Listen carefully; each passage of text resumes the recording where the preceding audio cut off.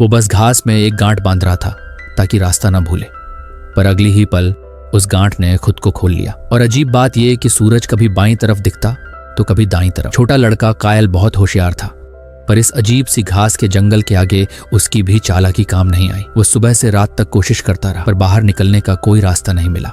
थक कर जैसे ही वो जमीन पर लेटा, उसे तेज कदमों की आवाज आई। वो फौरन उठ गया और ध्यान से सुनने लगा। एक अजीब सा दिखने वाला लड़का सामने आया, जिसके हाथ में एक मरी हुई मुर्गी थी। और सबसे हैरानी की बात यह थी कि वो लड़का कायल का नाम जानता था। उसे ये भी पता था कि कायल अपनी गर्लफ्रेंड को ढूंढने यहाँ आया है। यह कहानी है एक रहस्यमयी घास के जंगल की। Film in the tall grass. कहानी की शुरुआत होती है एक रहस्यमयी उल्कापिंड से जो जमीन पर गिरता है, और उस एक ही रात में वहां की घास अचानक 2 मीटर से भी ऊंची हो जाती है। एक दिन बहन बेकी और उसका भाई वहां से गुजर रहे होते हैं, तभी घास के अंदर से एक बच्चे की मदद की पुकार सुनाई देती है। दोनों भाई बहन मदद करने के लिए घास के अंदर चले जाते हैं। बेकी सतर्क थी, उसने तुरंत पुलिस को फोन करने की कोशिश की, लेकिन बात पूरी होने से पहले ही नेटवर्क चला गया। अब दोनों अंदर फंस चुके थे। उन्हें बच्चे की आवाज सुनाई देती थी, लेकिन बच्चा कहीं दिखता नहीं था। बेकी अपने भाई की आवाज सुनती थी, पर वो भी कहीं नहीं दिखता था। फिर उन्होंने एक तरीका निकाला। दोनों एक साथ कूदे ताकि एक दूसरे को देख सके। पहली बार कूदने पर वो बहुत पास थे, लेकिन दूसरी बार कूदते ही अचानक एक दूसरे से 100 मीटर दूर पहुंच गए। भाई दीवाने की तरह भागा, लेकिन बहन से मिल नहीं पाया, और उसे रास्ते में एक सड़ी हुई मरी हुई कुत्ते की लाश भी दिखी। पूरे दिन और रात वे घास में भटकते रहे, पर बाहर नहीं निकल पाए। अचानक एक अजनबी आदमी बेकी के सामने आ खड़ा हुआ। उसने कहा कि वो भी अपने परिवार को ढूंढ रहा है, और अगर बेकी उसके साथ चले तो वो उसे बाहर निकाल देगा। बेकी को उस पर थोड़ा भरोसा हुआ और वो उसके साथ चल दी। उधर उसका भाई पूरी तरह से घायल हो चुका था। घास ने उसे बुरी तरह से काटा था। वो लड़का जिसने मदद की पुकार लगाई थी वही उसे मिला। उसके हाथ में वही मरी हुई मुर्गी थी। लड़के ने बताया कि ये घास केवल जिंदा चीजों को हिला सकती है, लेकिन मरी हुई चीजें एक ही जगह पर रहती हैं। इसलिए अगर उसके पास मरी हुई मुर्गी है तो वो नहीं हिलेगा। लड़का सब कुछ जानता था, कायल का नाम, उसका बेकी से बिछड़ जाना, क्योंकि वो लड़का इस चक्र को पहले भी कई बार जी चुका था। फिर लड़का कायल को एक खाली जगह पर ले गया जहां एक रहस्यमयी पत्थर था।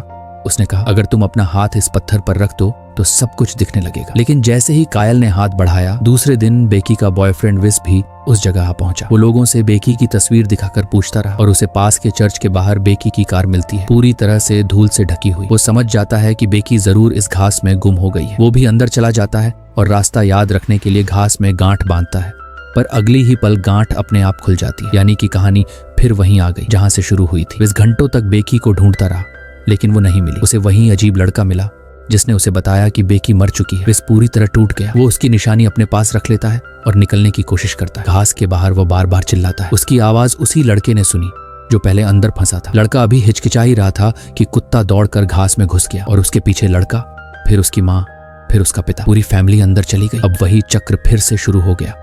घास ने उन्हें फंसा लिया। लड़का फिर से मदद के लिए चिल्लाने लगा। फिर से बेकी और उसका भाई वहां से गुजरे, और फिर से वही मदद की पुकार सुनी, और उन्होंने फिर से उस जंगल में कदम रखा। अब साफ समझ आ रहा था कि ये घास किसी साधारण चीज का हिस्सा नहीं है। ये जिंदा चीजों को हिला सकती है, और सबसे डरावनी बात, ये इंसानों को एक अनंत लूप में फंसा देती है। इतने लंबे समय से लोग इसमें फंसे हैं कि उनके नाम तक लड़के को याद हो गए हैं। कुत्ता भूखा मर चुका है, कार पर महीनों की धूल जम चुकी है। अब तक किसी ने भी सच में इस घास से बाहर निकलने का रास्ता नहीं पाया है। लेकिन विस ने एक तरीका सोचा। चूंकि मरी हुई चीजें नहीं हिलती, तो अगर सब लोग कुत्ते के पास पहुंचे तो शायद वहीं से बाहर निकल सकें। लड़का जो घास का नक्शा जानता था, उसे कुत्ते को ढूंढने भेजा गया। फिर सबने उसकी आवाज सुनकर दिशा तय की, और वाकई सब लोग एक जगह इकट्ठा हो गए। अब अगला प्लान था, लड़के को सिर के ऊपर उठाकर आसपास देखने दिया जाए, और उसकी मदद से चर्च की दिशा में लगातार चलते रहे। पर रात हो गई और वो फिर भी बाहर नहीं निकल पाए। फिर वही अजनबी आदमी फिर से आया। उसने सबको भरोसा दिलाया कि अगर वे उसका कहा माने तो वो उन्हें बाहर निकाल देगा, और सब लोग उसके पीछे चल दिए। एक खुली जगह पर पहुंचकर वो पत्थर दोबारा सामने आया। आदमी ने कहा, बस इस पर हाथ रखो और तुम बाहर निकल जाओगे। लेकिन जैसे ही कायल ने हाथ बढ़ाया, आदमी का चेहरा डरावना हो गया। तभी उसकी पत्नी आई। उसने सबको बताया कि उसका पति अब इंसान नहीं रहा, वो पत्थर के प्रभाव में आ चुका है। फिर लड़ाई शुरू हो गई। उसकी पत्नी विस की मदद करने की कोशिश में मारी गई। बेकी और उसका भाई भी मारे गए। सिर्फ विस बचा। अब उसके पास एक ही रास्ता था, खुद पत्थर को छूना। उसने हिम्मत जुटाई। जैसे ही उसने हाथ पत्थर पर रखा, घास का पूरा नक्शा उसके दिमाग में उतर गया। इसका मतलब था अब वो भी पत्थर के वश में आ चुका था, पर उसके अंदर एक आखिरी इंसानियत बची थी। उसने अपने